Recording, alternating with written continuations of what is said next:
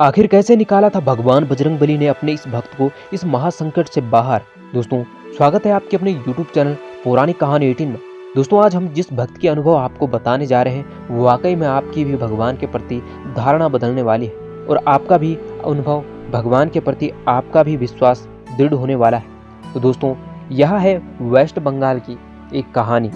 तो दोस्तों, इस भक्त ने भगवान बजरंगबली के हनुमान चालीसा का पढ़ने का 100 बार संकल्प लिया था, लेकिन उसके बाद इनके साथ ऐसा चमत्कार हुआ जो इन्होंने कभी सपने में भी नहीं सोचा था। मैं वेस्ट बंगाल के नदिया डिस्ट्रिक्ट का रहने वाला हूँ और मेरे परिवार में माता पिता, बड़ा भाई और भाभी और एक छोटा भतीजा भी है। और यह बात 2020 की है। मेरे भाई का अगस्त के महीने में उनका शनिवार के दिन जन्मदिन था और उन्हीं के जन्मदिन के साथ उनके साथ कुछ अजीब सा घटा और वह एक अपने जन्मदिन में बाहर घूमने निकले और जब वह वापस आ रहे थे तो उन्होंने पुराने शमशान के पास रिक्शे से उतरकर एक पेड़ के नीचे टॉयलेट कर दी। और जब वह घर आए तो रात के समय मेरा भाई अजीब अजीब गरीब आवाज़ें निकालने लग गया, जिसके कारण मेरी भाभी चिल्लाई। जब हम वहां पहुंचे तो देखा कि भैया अजीबो गरीब हरकतें कर रहे हैं और आवाज़ें निकाल रहे हैं। यह देखकर हमने उन्हें डॉक्टर पे ले जाया, लेकिन डॉक्टर ने कुछ दवाइयाँ दी, लेकिन उन्हें थोड़ा आराम हुआ, लेकिन फिर उन्हें कोई आराम नहीं हुआ। वह फिर से हल्ला मचाने लग गए। यह देखकर हम बहुत परेशान हुए। उन्हें काफ़ी डॉक्टरों के पास दिखाए, लेकिन डॉक्टर भी इस बात को जान नहीं पाए। उसके बाद हमारे पड़ोस में ही एक झाड़ फूक वाले रहते थे, वह आए और उन्होंने भैया पर झाड़ फूक की, जिसके कारण भैया की आंखें लाल हो गई और वह और तेज़ी से चिल्लाने लग गए। हमें पता चल गया कि यह कोई भूत प्रेत का ही साया है। उसके बाद उस झाड़ फूक वाले भी उनको सही नहीं कर पाए। इसके बाद हम उन्हें 3-4 जगह और ले गए, लेकिन उन्हें कोई आराम नहीं मिला। फिर हम उसी शमशान में रहने वाले एक तांत्रिक के पास गए और तांत्रिक ने भैया पर कुछ मंत्र और उच्चारण किए और कुछ अपनी विधियों द्वारा उन्होंने भैया पर उनको सही करने की कोशिश की, लेकिन मेरे भैया को थोड़ा आराम मिला, लेकिन वह भी मेरे भाई को पूरी तरीके से ठीक नहीं कर पाए। तब मेरे मामा के कहने पर मेरी भाभी ने उन्हें हनुमान चालीसा रोज सुनाने लग दी, लेकिन जब यह नकारात्मक ऊर्जा हमारे घर में आई थी तो इसका प्रभाव मुझ पे भी पड़ने लग गया और मैं कमज़ोर होने लग गया।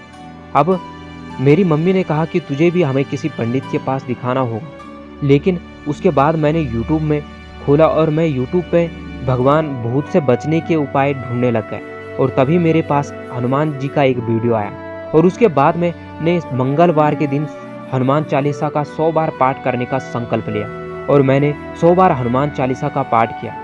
और मेरी भाभी भी मेरे भाई को हनुमान चालीसा सुनाती थी और मैं 100 बार हनुमान चालीसा का पाठ किया, लेकिन मुझको कुछ अनुभव नहीं था। मैंने 2-3 दिन तक ऐसे ही हनुमान चालीसा का पाठ किया, लेकिन फिर भी मुझे अनुभव नहीं हुआ और मैंने हनुमान चालीसा का पाठ छोड़ दिया। लेकिन 2-3 दिन बाद मेरे सपने में एक बंदर आया और जो मेरे से हाथ मिला रहा था, लेकिन मैं जब उठा तो मैं कुछ समझ नहीं पाया। लेकिन फिर अगली रात को मेरे को फिर सपना आया कि एक छोटा सा बच्चा मेरा गर्दन मेरे गले को दबा रहा है।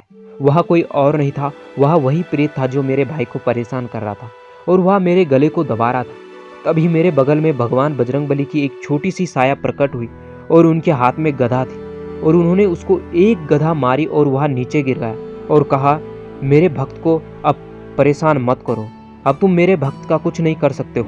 और यह सुनते ही मेरी नींद खुल गई और उसके बाद मैं रोज हनुमान जी चालीसा पढ़ने लग गया और उसके बाद मेरे भाई की भी तबीयत में एकदम सुधार आया और वह भी ठीक हो गया और उसी दिन से मैं रोज हनुमान चालीसा का पाठ करता हूँ। मेरे को सरकारी जॉब लगनी थी और मैं सरकारी जॉब की तैयारी कर रहा था, लेकिन मुझे कोई भी अच्छा परिणाम नहीं मिल रहा था। इसके कारण मैंने फिर हनुमान जी के सामने प्रार्थना की और रात को मुझे सपना आया कि मैं एक हनुमान मंदिर में जा रखा हूँ, जहाँ पर एक पंडित जी मुझे बोल रहे हैं कि तुम्हें क्या बनना है, और मैंने उनको बताया कि मुझे सरकारी नौकरी करनी है। यह देखकर उस पंडित ने कहा कि हनुमान जी के सामने घी का दिया जलाओ और वैसे ही मेरी नींद खुल गई। मैं सुबह उठा और हमारे बगल में हनुमान जी के मंदिर में गया और घी का दिया जलाया और मैं रोज फिर हनुमान चालीसा का पाठ करने लग गया और मैं फिर रेलवे विभाग में मेरा सिलेक्शन हो गया और आज मैं अच्छे से नौकरी भी कर रहा हूँ। दोस्तों, अगर भगवान पर भरोसा हो तो भगवान आपकी मदद जरूर करेंगे। भरोसा ही आपको आपकी मंजिल तक पहुंचाता है, इसीलिए भगवान पर भरोसा होना बहुत अनिवार्य है। तो दोस्तों, एक ऐसे ही भक्त के अनुभव के साथ